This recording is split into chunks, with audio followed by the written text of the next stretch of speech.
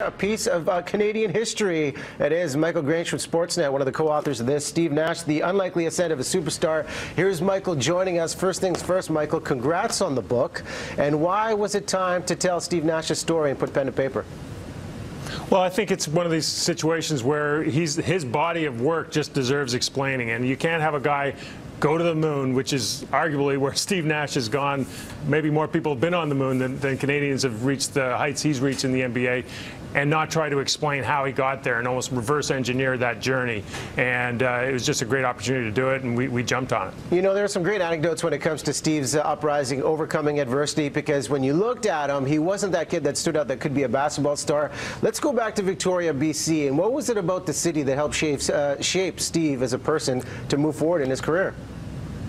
That's a great question. I think the one aspect of Steve Nash's story that always gets referenced is, isn't it amazing, isn't it unlikely that he made it to the NBA, to the heights of the NBA, from a place like Victoria, where exactly, when we kind of looked into it a little further, you're like, Victoria's exactly where, in Canada at least, you would expect an NBA player to come from, especially the time he grew up there. And I think there's a few incidences there that really stand out for me. And one was Eli Pasquale, who maybe BC basketball fans might remember as the point guard before Steve Nash, the star of the UVic Vikings program. He had an encounter with Steve Nash at his basketball camp where he said, look, I didn't decide to be an NBA player till it was too late. If you want to be an NBA player, Steve Nash is about 15 years at the time, 16 years old.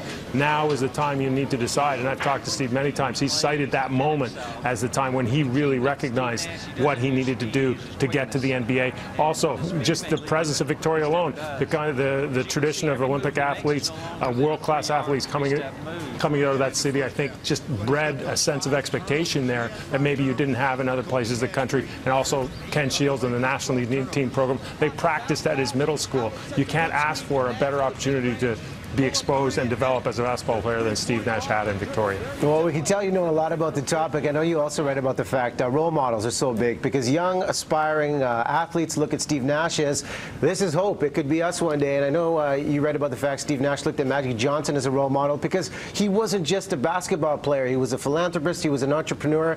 What do you think the example of what Steve Nash represents, not only for the sport, but for what it means to be a Canadian? I think first of all, the way he plays the game is very Canadian, which is very inclusive. It's not what you can do for me, it's what we can do for each other. And I think he's, throughout his career, has almost identified that as a key skill. You know, it's not just enough to be a great shooter, ball handler, whatever it might be. His skill, maybe his ultimate skill, is being the greatest possible teammate in every aspect. And maybe that is a nice sort of attribute to attach to being a Canadian basketball player.